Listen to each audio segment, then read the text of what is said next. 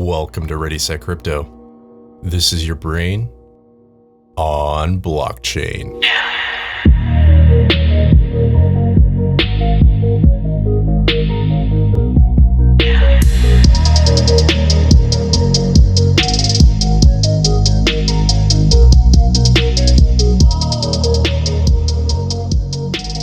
So before we get going, let's talk about what is a Bitcoin ETF and why it's important. There's a couple principal reasons why we want a Bitcoin ETF to be approved.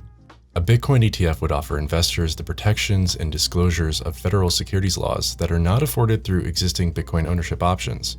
Furthermore, ETFs bring with them transparency in the underlying asset ownership through a net asset value or NAV, intraday liquidity, and simplicity in tax reporting.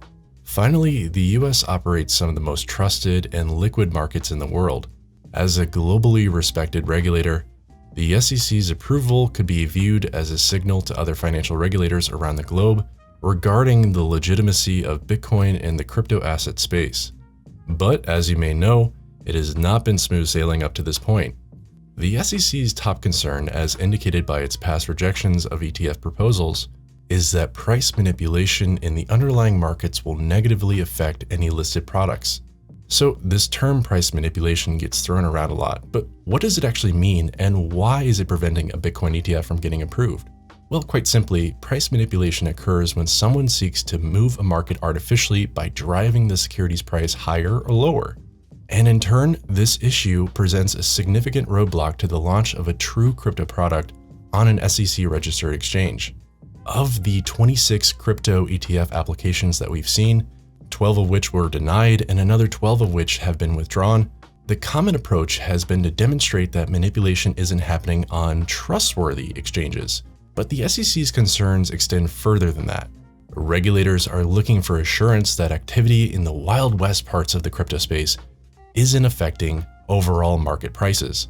This is what the SEC is looking for, and we know this because in its disapproval notice of the Bitwise Bitcoin ETF application in October, the SEC brought up a new issue not addressed in previous ETF denials: the relationship between prices on digital asset exchanges with real volume and those that do not currently pass vetting standards.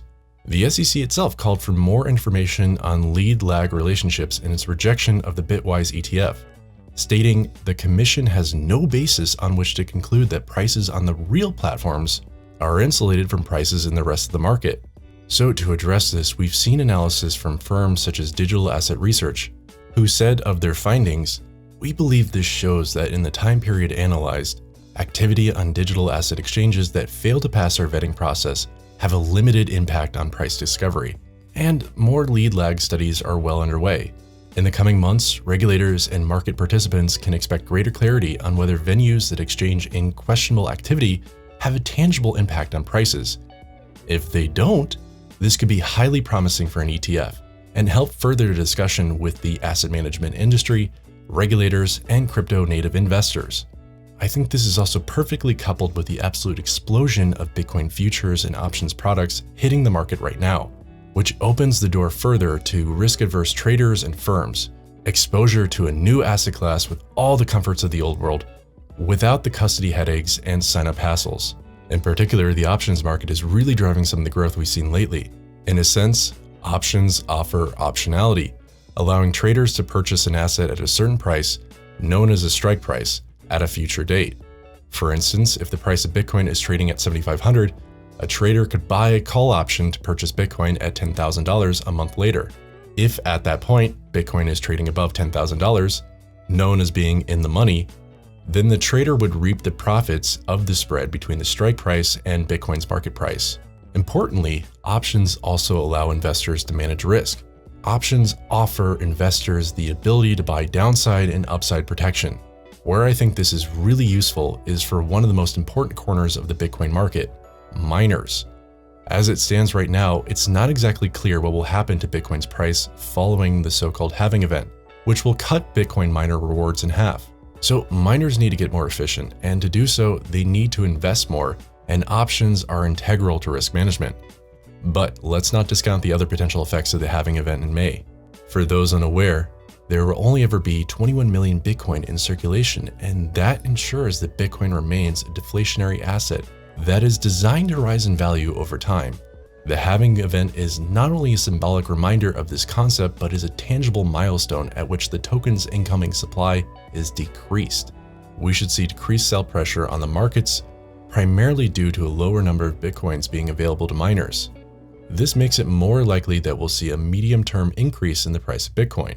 Furthermore, the halving is also a sign of a healthy market, as it demonstrates a fundamental difference between Bitcoin and fiat: predictability and transparency. It demonstrates that predictable math and code can substitute for the subjective whims of politicians and bankers in a transparent manner. With fiat, no one really knows how many dollars exist, how many will be created next year, what the inflation rate will be 12 months from now, and how exploding debt will continue to affect the markets. But in contrast, as the halving demonstrates, with Bitcoin, everybody knows how many Bitcoins exist, how many will be created next year, and even what the inflation schedule will look like 10 or 20 or 50 years from now. That sort of predictability of supply is simply non-existent in fiat today, and proves to be even more transparent than a limited supply commodity like gold. Regardless of one's personal opinion on the future of this asset class, enough quantitative evidence exists from Bitcoin's first decade to suggest that it has a role to play in everyone's portfolio. But let's talk about your portfolio. What are you investing in 2020? Do you think Bitcoin is primed for an ETF? What do you think will happen after the halving? Let's have a discussion in the comments below.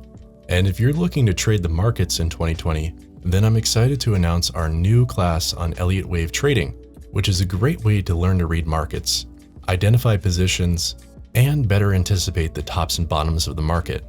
The class is over 4 hours long, includes written material and quizzes to better assess your learning, and grants you access to our Discord, where you can talk with other Elliott wave traders about your learning process and the trades that you're making. So if you're interested at all, head over to readysetcrypto.com/wave and start the process of learning to trade for an income in 2020. As always, thanks for watching. I hope you enjoyed the video. Don't forget to like, comment, and subscribe. It really helps us out. We're excited for the future of cryptocurrency in 2020 and beyond, and we hope you are too. Thanks for supporting the channel, and I'll see you in the next video. Cheers.